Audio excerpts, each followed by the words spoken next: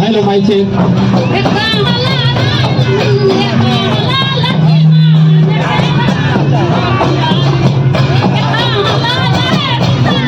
सभी दर्शकों से मेरा आग्रह है कि जो सामने स्टेज के सामने है सभी लोग बैठ जाएंगे तो अच्छा से आप लोग आनंद ले सकेंगे। ये जो जितने सामने हैं तीसरे वालों को देखने में थोड़ा परेशानी हो रही है ना। ये जो स्टेज के सामने प्रवेश द्वार के सामने जो खड़े हैं सभी लोग बैठ जाएंगे। आप ही लोगों का कार्यक्रम है, आप ही लोगों को सफल बनाना है। सभी लोग से मेरा यही आग्रह है।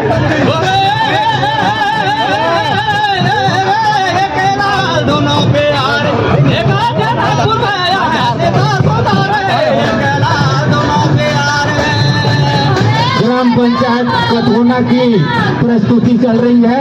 ग्राम पंचायत कटोना,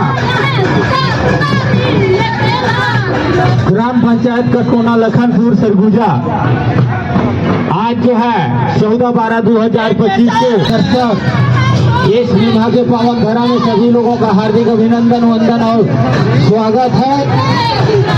और ग्राम पंचायत कटोना का प्रस्तुति चल रही है और बहुत अच्छा प्रस्तुति है।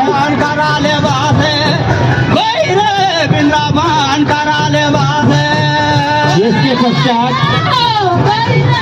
ग्राम केतका छोटे संगवारी कर्मदल छोटे संगवारी वाले भी